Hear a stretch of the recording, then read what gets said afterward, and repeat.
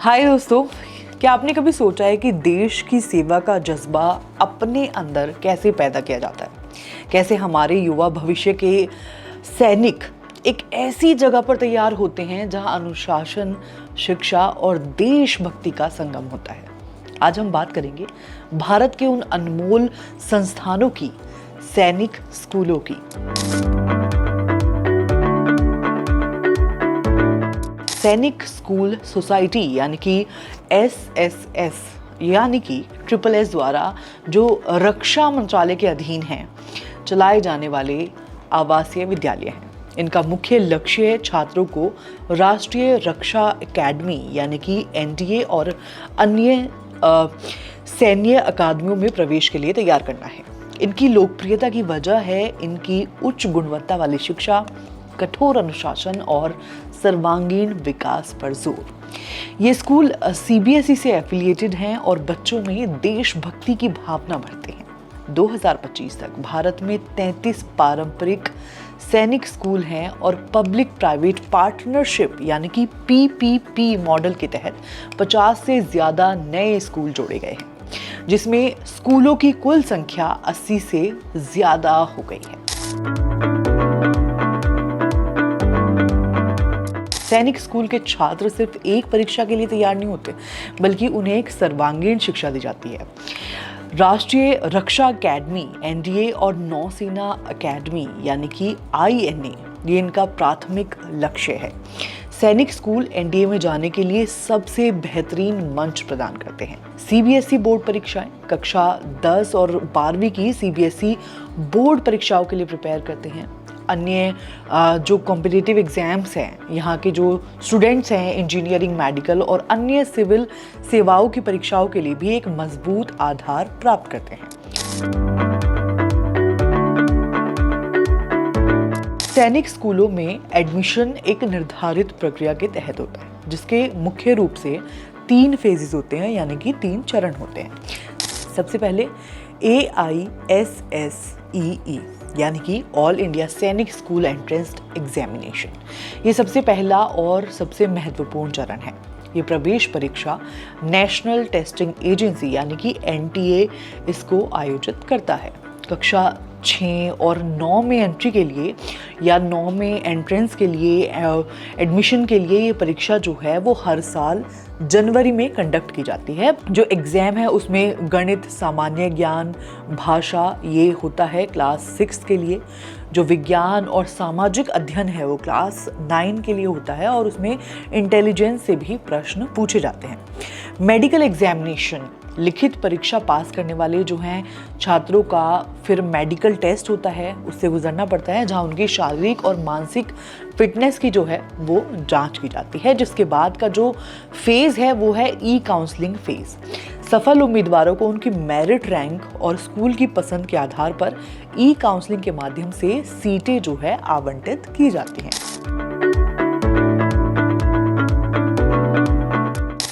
सैनिक स्कूलों में प्रवेश के लिए कुछ महत्वपूर्ण जो हैं वो योग्यता मापदंड है। कक्षा 6 के लिए जो छात्र की आयु है वो 10 से 12 वर्ष के बीच होनी चाहिए। जिस साल वो एडमिशन ले रहे हैं उनकी जो है 31 मार्च तक जो है वो एज जो है वो 10 से 12 वर्ष के बीच होनी चाहिए। अब 9th की बात करें तो 9th के लिए जो आयु है वो 13 से 15 वर्ष के बीच होनी चाहिए, बशर्ते जिस वर्ष वो प्रवेश ले रहे हैं उसकी 31 मार्च तक। अब शैक्षणिक योग्यता की बात कर लेते हैं। क्लास 6 के लिए छात्र को 5वीं पास होना चाहिए और क्लास 9th के लिए 8वीं पास होना चाहिए। अब बात करते हैं जेंडर की। पहले जो ये स्कूल थे मुख्य रूप से लड़कों के लिए थे, हालांकि अब सैनिक स्कूलों में क्लास 9th में लड़कियों को भी जो है वो एंट्री और एडमिशन मिल रहा है और कुछ सैनिक स्कूलों में लड़कियों के लिए क्लास 9th और 11th में भी सीटें जो हैं वो उपलब्ध हैं। क्लास 9th और 6 में भी सीटें जो है वो उपलब्ध हैं, जो एक दिखाता है महिला सशक्तिकरण की दिशा में दिखा रहा है कि एक बड़ा जो है वो कदम है। सैनिक स्कूलों में एक सुव्यवस्थित आरक्षण नीति का पालन किया जाता है ताकि जो समाज के विभिन्न जितने भी वर्ग हैं उनको अवसर मिल सके। अब इसमें राज्य कोटा होता है जिसे होम स्टेट कोटा बोलते हैं। कुल सीटों का 67% उस राज्य के उम्मीदवारों के लिए आरक्षित होता है जहां सैनिक स्कूल स्थित है। इसके अलावा अदर स्टेट कोटा होता है जिसमें 33% सीटें अन्य राज्यों और केंद्र शासित प्रदेशों के उम्मीदवारों के लिए होती है। इसके बाद कैटेगरी वाइज रिजर्वेशन होता है इसमें, और जैसे कि अनुसूचित जाति यानी कि एससी के लिए 15% सीटें होती हैं, अनुसूचित जनजाति यानी एसटी के लिए 7.5% सीटें होती हैं, और अन्य जो पिछड़ा वर्ग है ओबीसी या फिर एनसीएल वाला, उसमें 27% जो सीटें हैं वो न्यू सैनिक स्कूल्स में लागू हो रहा है। अब रक्षा कर्मियों या फिर पूर्व सैनिकों के जो वार्ड हैं उनके लिए जो भी डिफेंस पर्सनल हैं या फिर एक्स सर्विसमैन वार्ड हैं उनके लिए 25% सीटें जो हैं वो दोनों होम स्टेट और अन्य राज्य कोटे के भीतर हैं। अब लड़कियों के आरक्षण की बात करें तो हर सैनिक स्कूल में क्लास जो 6 है उसकी कुल रिक्तियों का न्यूनतम 10% या 10 सीटें जो भी ज्यादा हो लड़कियों के लिए आरक्षित हैं। अब सैनिक स्कूल प्रवेश परीक्षा के आवेदन फॉर्म जो है वो आमतौर पर नवंबर से दिसंबर के महीने में जारी कर दिए जाते हैं। जो परीक्षा आयोजित करने वाली जो संस्था है यानी कि एनटीए हर साल एक जो है सूचना बुलेटिन यानी कि इंफॉर्मेशन बुलेटिन जारी करती है जिसमें आवेदन फॉर्म की शुरुआत और लास्ट डेट वगैरह सब इम्पॉर्टेंट डेट्स होती हैं। एग्जाम्पल के लिए जैसे कि अगर हम 2024 का रिकॉर्ड देखें तो आवेदन शुरू होने की जो तारीख थी वो 24 दिसंबर 2024 थी। जो आवेदन करने की अंतिम तारीख थी वो 23 जनवरी 2025 शाम 5 बजे तक थी। परीक्षा शुल्क जमा करने की जो आखिरी तारीख थी वो 24 जनवरी 2025 थी, और जबकि एग्जाम की जो तारीख थी वो 5 अप्रैल 2025 थी। सबसे सटीक जानकारी के लिए हमेशा जो एनटीए है नेशनल टेस्टिंग एजेंसी उसकी आधिकारिक वेबसाइट exams.nta.in/AISSEE/ को आपको जो भी ऑफिशियल वेबसाइट है उसको आपको फॉलो करना है, उस पर नज़र रखना है। एनटीए ही इसका जो परीक्षा है वो कंडक्ट कराती है और सारी जो आधिकारिक सूचना है वो एनटीए ही जारी करता है। एक सूचना बुलेटिन जारी करते हैं वो जिसमें आवेदन की जो डेट्स हैं उसके साथ पात्रता, पाठ्यक्रम, परीक्षा पैटर्न और अन्य जो भी जानकारी है वो विस्तृत रूप से दी जाती है। सैनिक स्कूल में एडमिशन के लिए आवेदन प्रक्रिया जो है वो आमतौर पर ऑनलाइन होती है। ऑफिशियल वेबसाइट जो है वो AISSEE.NTA.nic.in है, उस पर जाकर आप आवेदन जो है वो कर सकते हैं। रजिस्ट्रेशन के लिए सबसे पहले आपको रजिस्ट्रेशन करना पड़ेगा, उसके बाद आपको फॉर्म भरना पड़ेगा, व्यक्तिगत जानकारी देनी पड़ेगी, शैक्षणिक विवरण देना पड़ेगा, स्कूल की प्राथमिकता जो है वो आपको देनी पड़ेगी। उसके बाद जो भी डॉक्यूमेंट होंगे जैसे फोटो, सिग्नेचर, अंगूठे का निशान, जन्म प्रमाण पत्र, निवास प्रमाण पत्र और जाति प्रमाण पत्र अगर लागू होता है तो जितने भी जो भी डॉक्यूमेंट्स रिक्वायर्ड हैं वो अपलोड करने होंगे। इसके बाद आपको जो आवेदन जो शुल्क है उसको आपको भरना पड़ेगा, जिसके बाद लास्ट में आपको जो फॉर्म है उसको सबमिट कर देना है और अपना जो प्रिंट आउट है वो निकाल लेना है। अब जो एग्ज़ाम पैटर्न के लिए बात करें तो जो एग्ज़ाम होता है इसका ऑफलाइन मोड में होता है, पेन पेपर मोड में होता है और मार्कशीट पर होता है, जिसमें मल्टीपल चॉइस क्वेश्चंस पूछे जाते हैं। और अगर हम क्लास 6 के छठी क्लास के लिए बात करें एग्ज़ाम पैटर्न जो है वो उसमें अंग्रेज़ी, हिंदी, अन्य जो क्षेत्रीय भाषाएं हैं जैसे कि बंगाली, गुजराती, कन्नड़, मलयालम, मराठी, उड़िया, पंजाबी, तमिल, तेलुगु, उर्दू वगैरह होती है।